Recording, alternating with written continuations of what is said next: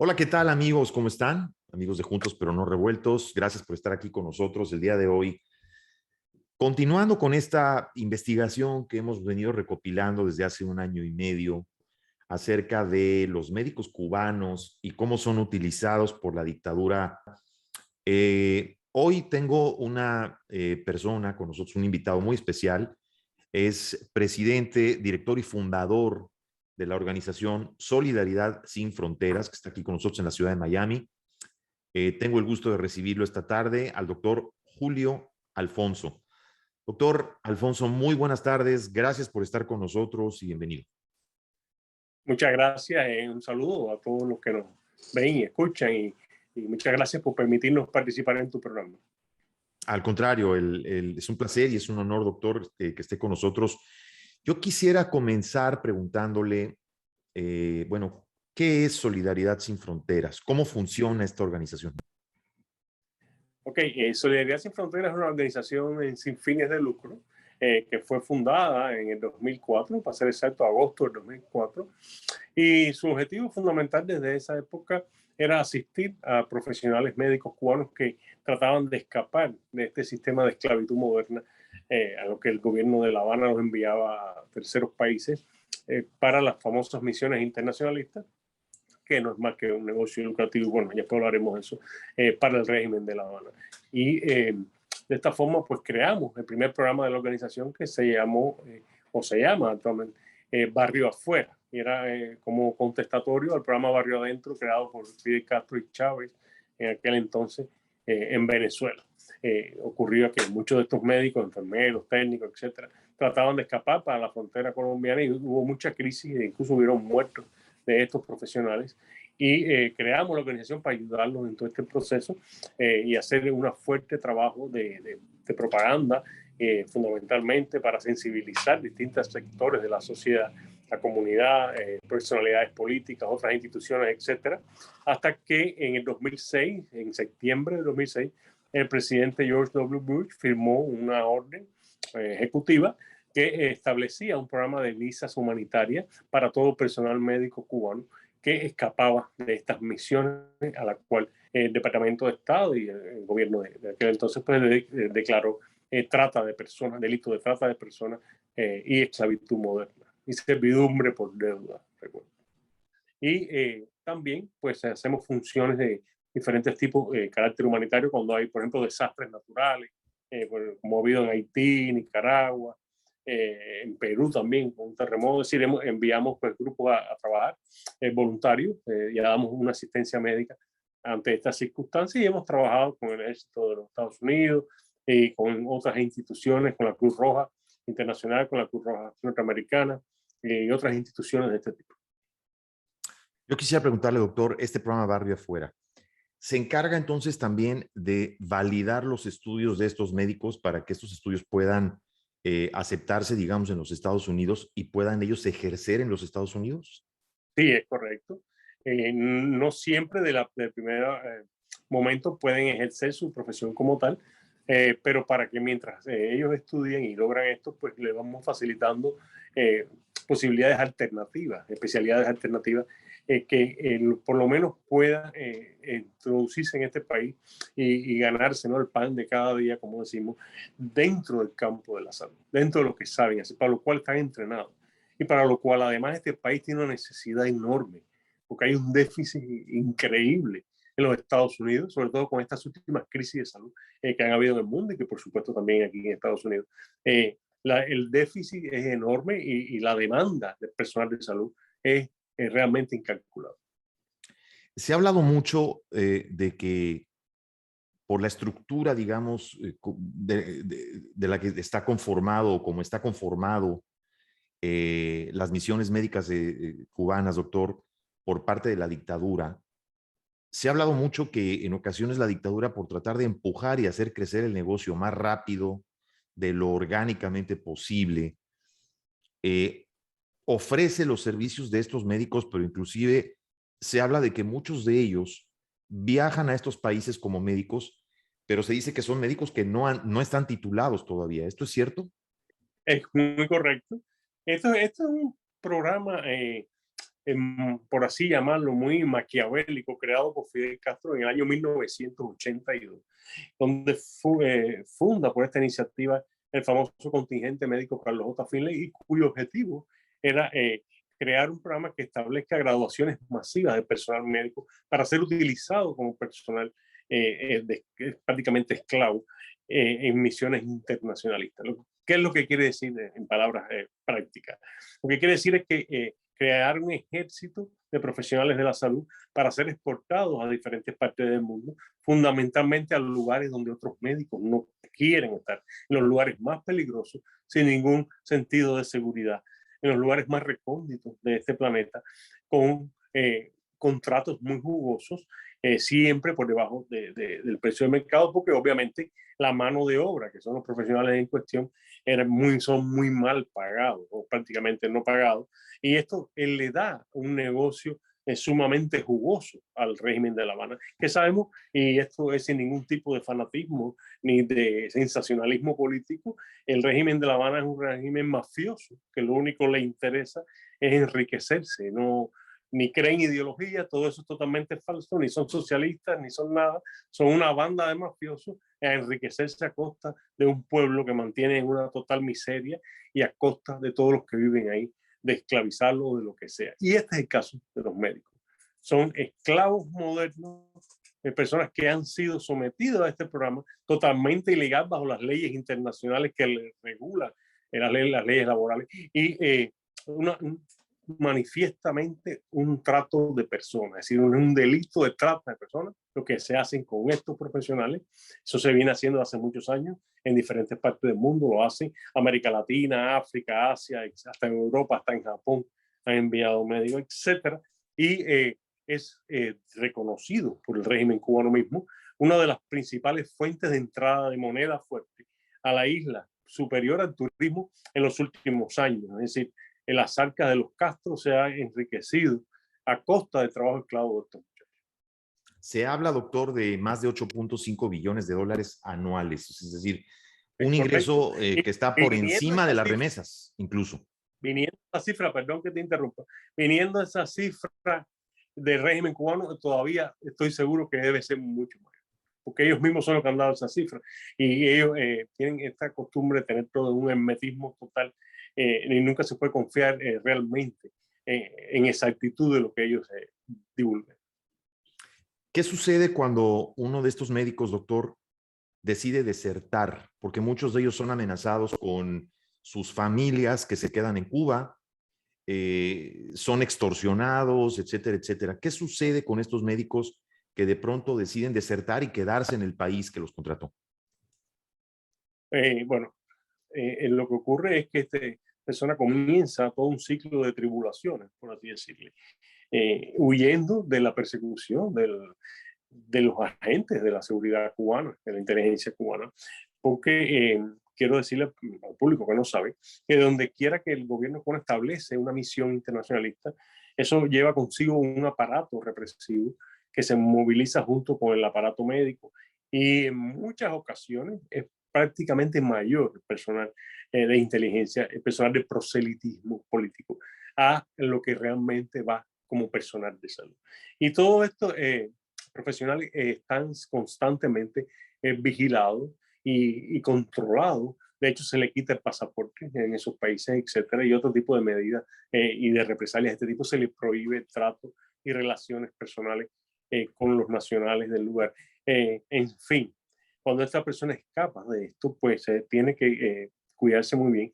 Muchos han sido detenidos por la seguridad cubana en esos países, muchos han sido agarrados, digamos, vulgarmente, y revueltos a Cuba, donde lo han pasado bastante mal. Y pues esta persona está sometida a todo esto. Y esto es una de las causas por la cual se aprobó la ley que facilitaba el escape de todos estos muchachos en el 2006. Esta ley fue, mejor dicho, no fue ley, sino una orden ejecutiva firmada por el presidente. Esta orden fue cancelada en los últimos días de mandato antes de salir del presidente Barack Obama, exactamente en enero 12 del 2017.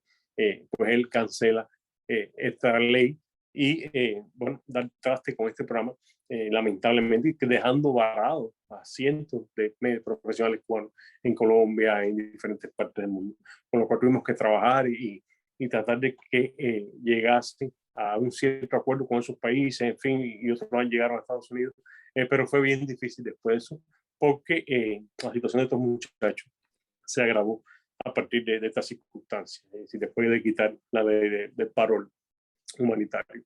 Pero esta es la realidad, ellos escapan, tienen que, además de eso están en un país hostil donde no tienen papeles para desenvolverse, para trabajar, es decir, no tienen ningún tipo de estatus legal que les facilite esto, porque perdieron el amparo del régimen cubano, que es quien tenía el contrato con ese lugar. En fin, están perseguidos. Es una situación que a lo largo de estos años hemos trabajado y es bien delicada, es bien difícil. Encima puede tomar represalias del régimen también con sus familiares que quedaron dentro de Cuba, hijos, familias, diferentes hermanos, padres, etc. Es algo realmente bien dramático y es muy lamentable que en el siglo XXI pues estén sucediendo este tipo de procedimientos a nivel de Estado. Esto es un delito de Estado, lo que está realizando el régimen cubano con este tipo de programas. ¿Ha sido, en su opinión, el régimen muy hábil, doctor, para mantener un discurso ideológico y político que ha engañado incluso durante décadas, por ejemplo, a la Unión Europea y ha mantenido apariencias? Porque está claro que también el régimen ha sido financiado por la Unión Europea, ha sido protegido por la ONU y por otras organizaciones.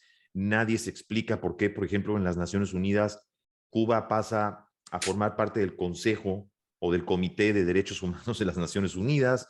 Es decir, ¿cree usted que hay una habilidad especial por parte del régimen que aparentemente ha sido muy efectivo, doctor, para mantener un discurso político? Este famoso discurso en donde se habla del bloqueo, que sabemos que es un embargo, no un bloqueo, y que el régimen se ha empeñado como tal a responsabilizar a los Estados Unidos, entre otras cosas. ¿Qué opina usted de esto? Y ese gran cuento del embargo, del bloqueo, eh, que realmente no existe tal. Pero bueno, no es solo eso, sí, efectivamente. El régimen cubano ha sido muy habilidoso, como tú dices, muy habilidoso y ha dedicado todo su recurso, esfuerzo y todo lo que tiene a mano para proyectar una imagen que sea favorable y que permita a ellos hacer todo este tipo de trasiegos y negocios ilícitos que han hecho durante tantos años, no solo con los médicos, sino con todas las cosas. Han sido muy hábiles, hay que reconocer eso, y han ido metiendo este tipo de propaganda durante años. Esto es una cosa que viene desde los inicios mismos de que Fidel Castro tomó el poder en Cuba. Ha ido trabajando, incluso estando en la Sierra Maestra, en tomar el poder, dedicaron muchísimo a esta propaganda y recuerdo exactamente las entrevistas que le hizo Matthew del New York Times, que fue la que hizo famoso a Fidel al mundo. Es decir, aún siendo ellos bandidos en la Sierra Maestra cuando eran guerrilleros, desde entonces vienen preparando de toda esta labor de proselitismo político y vender una imagen, la imagen romántica de esa época, vendérsela al mundo, ¿no? A la Unión Europea, a las Naciones Unidas, a todo el mundo, de ese altruismo tan aparentemente humanitario que ellos han creído vender, ¿no? Y luego, utilizando la imagen de la potencia médica que ellos dicen que tienen y que no existe y que nunca ha existido. De hecho, arruinaron todas las grandes instalaciones médicas que dejó los gobiernos anteriores como Batista, etc. Y no han hecho absolutamente nada que realmente haya favorecido al sistema de salud cubano. Me refiero a la salud del cubano de a pie. Porque en Cuba hay dos sistemas de salud. Uno del cubano de a pie y otro del que está dedicado a la élite y al turismo internacional y que produce recursos financieros fuertes para el régimen de La Habana. Pero volviendo al tema, sí, ellos han sido muy hábiles, lo son todavía, han venido trabajando durante muchos años, tienen totalmente filtradas con esta información organizaciones como las Naciones Unidas, en sus ramas como la Organización Panamericana de la Salud, la Organización Mundial de la Salud, etcétera.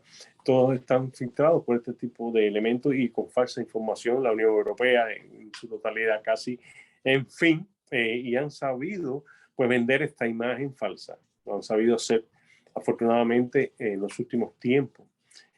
Muchos de estos sectores se han dado cuenta de la falsedad. La Unión Europea ha despertado muchísimo, gracias a Dios, en los últimos tiempos también, sobre la realidad de toda esta maquinaria propagandística, lo que hay detrás de toda esta fachada que ellos han vendido, pero sí lo han hecho, sí han sido habilidosos y sí han sido muy ingeniosos a la hora de lograr esto y vender la imagen esa de pureza y de ayuda humanitaria y de potencia médica, cosa que no existe. No hay potencia médica, no hay nada, no hay ni siquiera buenas intenciones en este tipo de misiones de brigadas internacionales que ellos envían, que no son más que una labor de enriquecerse y de proselitismo político y de espionaje, de inteligencia. Eso le iba a preguntar, porque se cree o se ha hablado por lo menos de que dentro de estos médicos hay probablemente filtradas personas que No, propiamente no son médicos, es decir, que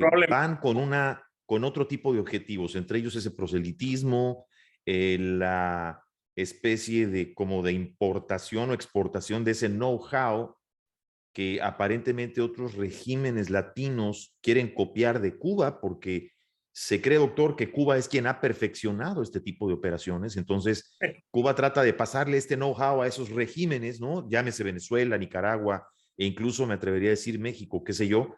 Y entonces se habla de que van filtradas personas que no son médicos. ¿Esto es cierto? Sí, es muy cierto. No es probable, no, te estaba rectificando. Puede estar completamente convencido que es así.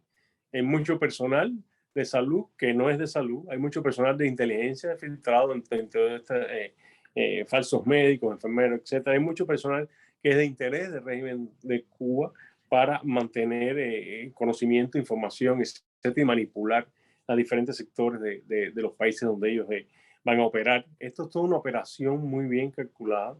El régimen de La Habana maneja esto como toda una operación militar prácticamente. De hecho, ellos tienen esa obsesión, ¿no?, de militarizar las cosas y de poner nombres militares a todo, incluso el destacamento médico que se llama contingente médico con los JFE, las brigadas médicas. Es decir, y ellos tienen toda esta obsesión y todo esto lo manejan como una operación militar muy sincronizada. Y el personal de inteligencia va incluido en cada una de estas misiones, de eso no tengas la menor duda. No solamente para vigilar los profesionales, etcétera, sino para trabajar dentro de las comunidades más pobres. Recuerde que los médicos, sobre todo en América Latina y en el mundo entero, en África también, es una persona, es un profesional que ejerce una influencia muy fuerte sobre las comunidades pobres, las comunidades rurales, las comunidades que están en la mayor eh, pobreza, pues son muy fáciles de influir por una persona como un médico, un especialista, personas que nunca, muchos de ellos recibieron una atención, pues se sienten como importantes o se sienten que son atendidos, ¿no?, por alguien y ellos manejan todo esto. Entonces, es una cosa muy bien engranada, te decía, es algo realmente macabro. Ellos manejan todo este tipo de sentimientos dentro de estas personas que son de muy baja clase social, lamentablemente personas muy pobres que están en estos lugares, en los lugares más recónditos del mundo, y a través del médico hace una influencia pues, política. Lo estaban haciendo en Brasil y es una de las razones por las cuales el gobierno brasileño se ha puesto fuerte con él. En el área de la Amazonia lo estaban haciendo de manera muy seria, e incluso muchos se estipulaba que si algunos médicos se quedaban podían ocupar posiciones de política como alcaldías, etcétera, en esta área de la Amazonia, en Brasil, donde los médicos ejercen mucha influencia y hay, de hecho, muchos de los alcaldes y políticos prominentes de esa área son médicos, la mayoría. Y así sucede en muchas partes del mundo, en lugares más pobres. Y ellos utilizan esta imagen, utilizan este personal médico para hacer todo ese tipo de proselitismo. Y esto trae como consecuencia a largo plazo lo que está pasando en muchos lugares de América Latina, que todas estas ideas inducidas por la revolución cubana, entre comillas, eh, han ido proliferando como Bolivia, Venezuela, Nicaragua, y tenemos otros países también que ahora tienen tendencia de izquierda. Y esto ha sido una labor del régimen cubano desde que tomó el poder en enero del 59. Influenciar en todo el área, y no solamente en el área de América Latina, sino también en África. Y sabemos perfectamente las expediciones que Che Guevara hizo en África con las guerrillas en el Congo y las demás cosas. Todo esto está relacionado. Correcto. Y hoy en día es difícil hacer ese tipo de labor, como la que hacía Che Guevara, asesinando gente en todos estos montes y creando las guerrillas. Entonces, ¿qué hacen? Pues han disfrazado a estos guerrilleros con bata blanca. Le quitaron el camuflaje militar y le pusieron batas blancas para meter el mismo veneno que se viene introduciendo desde años de, gracias a Dios, fallecido Che Guevara. Se ha hablado mucho, doctor, de la transición, digamos, o esta nueva etapa por la que Cuba está pasando. ¿Existe en este momento un nuevo despertar en la sociedad cubana? ¿Hay un despertar posiblemente como nunca antes lo habíamos visto? ¿Se espera posiblemente un evento importante durante este mes de noviembre? ¿Qué opinión le da esto a usted? Sí, bueno, como tú me dices, estoy completamente convencido. Sí, la sociedad cubana está despertando y ha despertado ya desde hace un tiempo. Y sí, las personas dentro de Cuba están cansadas ya. Están cansadas de toda esta mentira, de todo este manejo totalmente inhumano que han hecho con ellos, de mantener al pueblo en la más absoluta miseria, de llegar a un país que cogieron en los más altos niveles de económicos de la época, dejarlo totalmente en ruinas. No existe nada en Cuba que funcione. No bien, sencillamente no funciona, ni siquiera mal la mayoría de ellos. No existe nada en Cuba que marche. No hay nada en Cuba, solamente miseria y cada vez más miseria para la población de a pie, por supuesto. La élite gobernante y otras esferas pues tienen todo lo que necesitan. Y sí, hay un despertar sin duda y va a haber mucho más despertar.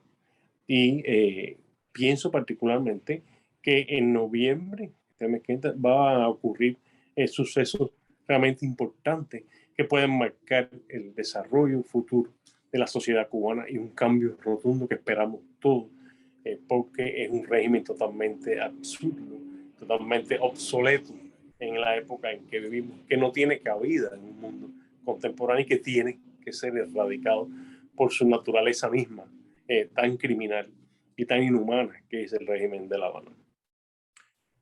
Doctor, se ha hablado también de que está por fin despertando el Parlamento Europeo. Se han escuchado por primera vez las voces de estas personas claves de la sociedad cubana. Berta Soler, la líder de las Damas de Blanco, Julio Otero Alcántara, Ricardo Escobar, que muchos de ellos inclusive fueron privados de su libertad por el simple hecho de hablar ante el Parlamento Europeo con declaraciones grabadas en video. Es decir, su impresión de que esta vez parece que algo sí va a suceder. El pueblo ya se cansó, el pueblo no está engañado, no tiene los recursos, tiene la represión encima y no puede hacer más. Pero no puedes mantener por la fuerza un poder toda la vida. No puedes mantener por la fuerza sin convencer a la gente. Es decir, sin haber un convencimiento no puedes mantener ni siquiera a tus hijos en tu casa por la fuerza. Va a llegar un momento en que se te va a ir. Es imposible mantener a la fuerza algo, y ya eso no va a ser posible si no es con la fuerza. El pueblo cubano ya no tiene convencimiento. Totalmente. El pueblo cubano ni va a haber forma ni recursos para hacer virar atrás ese pensar del cubano. Por lo tanto, tendrás que mantenerlo por la fuerza y toda la vida no va a poderlo hacer porque las mismas fuerzas se van a cansar de hacerlo. Y entonces va a llegar el momento porque las mismas fuerzas, los soldados, los policías, son parte del pueblo cubano. Y ellos mismos también un día, pues quizás se den cuenta si no lo han hecho ya y pierdan el miedo, como lo ha perdido la población cubana. Y un día sin duda va a pasar porque es imposible mantener eso toda la vida. ¿Hace cuánto salió usted de Cuba, doctor? Hace 22 años, ya casi. Uh-huh. El 1999. Abril del 99. Ya en unos meses van a ser 22. Desde que usted salió, no ha regresado, no ha vuelto a su país.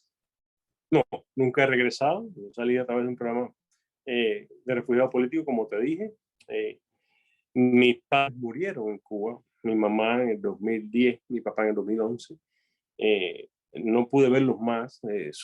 Mis hijas, sus nietas jamás conocieron a sus abuelos. Y es un precio alto que hay que pagar por la libertad, pero si tengo que volverlo a hacer, lo haría otra vez. Porque es mejor vivir libre y con dignidad que vivir pisoteado bajo un régimen de este tipo. Todo lo que a mí respecta y pueda hacer por el pueblo cubano, por su gente, porque son mi gente, y por la libertad de ese pueblo, pues todo lo que esté a mi alcance, pueden contar con eso. Y es algo a que he dedicado mi vida, independientemente de la medicina y de ayudar a la comunidad en el aspecto de salud. Pues también mi vida está comprometida muy personalmente con la libertad del pueblo cubano y con sacar a todos esos criminales de la isla.